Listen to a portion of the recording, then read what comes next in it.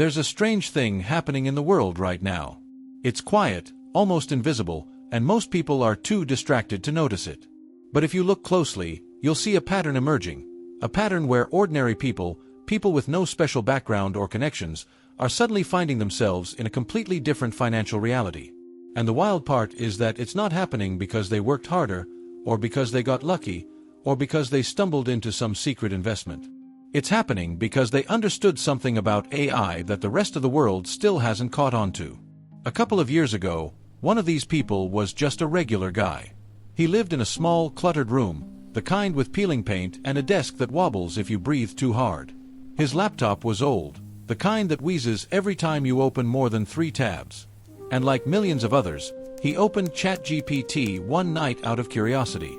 In 2024 alone, over 180 million people used ChatGPT every month, but almost all of them used it casually like a novelty.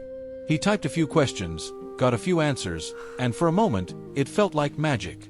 But unlike most people, he didn't close the tab and move on. Something clicked. He realized that this wasn't just a cool tool. It was leverage, the kind of leverage that could change everything. Fast forward to today, and that same guy is sitting in a private jet, wearing a suit that costs more than his old monthly rent. He's not a celebrity. He's not a tech genius. He's not even particularly charismatic. He's just someone who saw the shift early enough to ride the wave instead of being crushed by it. And the truth is, he's not alone. There are thousands of people like him, quiet, invisible, unassuming, who are using AI in ways that most people can't even imagine. The reason this is happening comes down to something I call the AI leverage gap. On one side of the gap, you have the majority of people who use AI the same way they use Google. They ask it to summarize an article, write a paragraph, maybe help with homework or generate a caption for Instagram. It's helpful, sure, but it doesn't change their life. On the other side of the gap, you have a much smaller group. These people use AI like a team of employees. And the numbers prove it. According to multiple 2025 to 2026 industry reports, AI can now automate up to 40% of the average knowledge worker's daily tasks, and AI agents can complete workflows up to 10 times faster than humans. Some businesses have reported productivity jumps of 30% to 80% after integrating AI into their operations. These early adopters aren't using AI to save time, they're using it to multiply themselves. And that difference, that tiny shift in how they think about AI, is creating a new kind of wealth that looks almost unfair from the outside. The guy in our story didn't become wealthy because he was smarter. He became wealthy because he stopped thinking of AI as a tool and started thinking of it as infrastructure. He built small automated systems, nothing huge, nothing complicated, but each one solved a problem and ran on its own. One system answered customer questions. Another generated leads. Another created content. Another handled scheduling. Another analyzed data. None of these systems made him rich individually.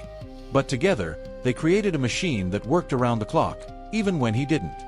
And here's the part that most people miss. He didn't need to be an expert in anything. He wasn't a designer, but AI handled the design. He wasn't a coder, but AI wrote the code. And by 2026, AI-generated code is estimated to account for over 60% of new software development in small businesses. He wasn't a marketer, but AI built the funnels. He became the conductor of an orchestra where every instrument was played by an AI agent. His job wasn't to do the work, it was to direct the work. This shift is happening now because AI has crossed a threshold. It's no longer just smart. It's autonomous.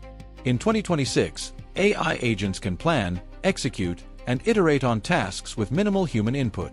They can remember context, coordinate with other agents, and operate like digital employees that never sleep, never complain, and never ask for a raise.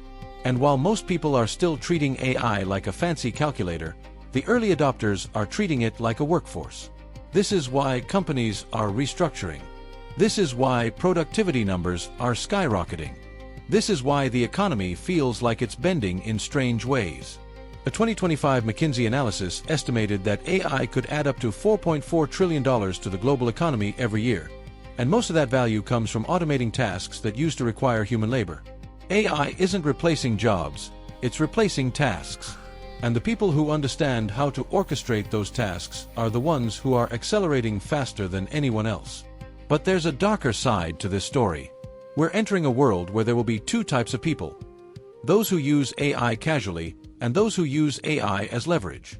The first group will stay where they are. They'll get a little more efficient, maybe a little more productive, but nothing life-changing. The second group will build systems. They'll automate income. They'll scale like companies. They'll create wealth at speeds that look impossible. And the gap between these two groups is going to widen very quickly. Economists are already warning that AI could become the biggest driver of wealth inequality since the Industrial Revolution.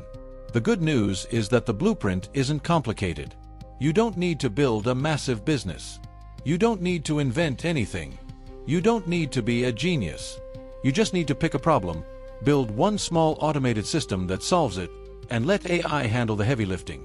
Then you stack another system, and another, and another. One system gives you side income. 3 systems give you stability. 5 systems give you freedom. The transformation isn't about money. It's about leverage. It's about understanding that AI isn't here to replace you. It's here to multiply you. And the people who figure that out early are the ones who go from a small bedroom with a flickering laptop to a private jet with a glass of champagne. Not because they're special, not because they're lucky, but because they saw the shift before everyone else. And now you see it too. The only question left is what you're going to do with it.